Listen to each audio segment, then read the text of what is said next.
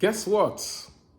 Canada has this cool program that come January 1st, 2024, 9 a.m. Eastern Time, it will be opening. What is that program? You might be asking. They are reopening 2 pilot programs in the healthcare industry. And the first one is the child care provider pilot and the home support worker pilot. So if you are eligible, you can actually start preparing to come to Canada as a permanent residency, so long you put in your application on that day. And guess what? The applications are filling very, very fast, because for the year, they are looking for about 5,400 persons. But I tell you the truth, on that day the program will be opened, it will also close. For the 2 programs that are opened, one is a direct route to permanent residency, and the other is for you to gain experience first, and then you apply for permanent residence. The cool thing is that the fee, that is the application fee, starts at 1,085 Canadian dollars. You might be able to apply to come through the home child care program or the personal support pilot program as permanent residents come 2024. But you need to meet some key eligibility requirements. And one of the tricky one for so many people is that you need to have a job offer. Don't worry about that. I'm going to show you how you can apply to agencies who are looking to hire people from outside Canada to fill these roles. That will come in a moment. Once you are given a visa to come into Canada, you'll be given what they call a closed, it's actually an open work permit, but it is closed. When I mean it is closed, you cannot work in another occupation. That is an occupation that is outside these 2 pilots that you applied for. Either child caregiver or the personal support worker, you cannot work outside this. So you can only work in those 2 occupations when you eventually come into Canada, depending on whether you come with your family or yourself. But as it is, you can work your way through to become a permanent resident. The very first thing you need to do is to ensure that you have either a Canadian education, which for most people, they will not have that. But then if you have an educational qualification coming in from another country, you need to do an ECA, Education Credential Assessment.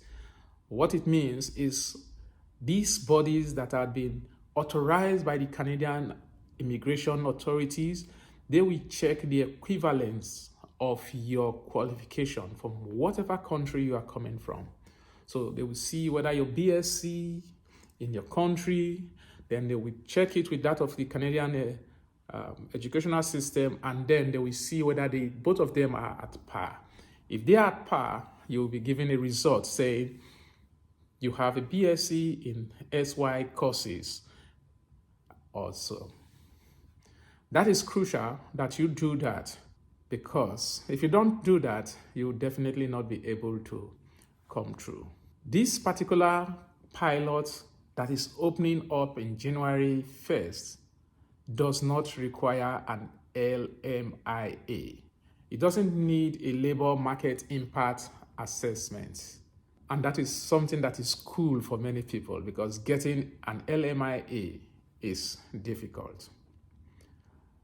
Of note is the fact that if you've recently worked as a home child care provider or a support worker, your experience may count towards your eligibility for permanent residency. If you've never worked full-time as a caregiver in Canada or have less than 12 months of work experience, you can apply for the gaining experience category. What that means is that you can apply to come to Canada and you'll be able to work for 2 years to gain experience in that role in either of these two pilots that is open. And at the end of the 2-year program, you will now apply for a permanent residence. But if you've worked full-time as a caregiver in Canada for a total of 12 months or more in the last 36 months, you can apply directly for permanent resident category. The good thing is that Canada has made it so easy by reducing the work experience requirement from 24 months to just 12 months. Is that not cool? That's sure cool for anybody to go through. We've talked about the language requirement, and if you've done that, you just need to submit your application. Easy peasy. So mark it in your calendar, January 1st, 2024. If you slack, you will lose, because people who have prepared their mind, who have prepared their documents, they are waiting for that date. They have their documents handy in PDF format, in whatever format that needs to be done. They are only waiting for that time. So use a time converter to check what is that time in your own time zone. You can use word time, you can use a time converter in Google, and you can even just input that particular time, 9 a.m. EST, and it will automatically give you the time in your country. That is how easy it is. You don't want to slack because people are there waiting just to click submit button. And believe you me, once they get the total number, even if it is for the year that they are looking for 5,400, but if they get it in a single day, that program closes for the year. And you have missed that opportunity because you did not act fast. That is how easy it is. If you want to be part of the show, as I would call it, be prepared. Your preparation is now waiting for that opportunity that has been opened come January 1st. The next thing we will talk about now is how to get a job offer, which is difficult for so many people. But I am going to show you 2 organizations that might help you. But remember, as always, I am only giving general information that you can access from the internet. I have no affiliations with this organization. And just as a reminder, I am not a regulated immigration consultant. What I am sharing are open information that you can find online, so long you know how to do your search. So I would advise you, before you go ahead to use any of these ones that I name, do your due diligence. Due diligence might mean you checking the profiles that I give to you, checking the IRCC link to see if these organizations are actually in good standing with the immigration authority before you go over to make your application. I will need to go to my computer. Here I will share the screen to show you these 2 companies. So I am here in my computer and I'm going to share my screen where I will take you to. Like I did mention 2 organizations, but as a bonus, I've add 1 more so that you can have an array of organizations to look for, check, and then apply. Like they say, make haste when the sun shines.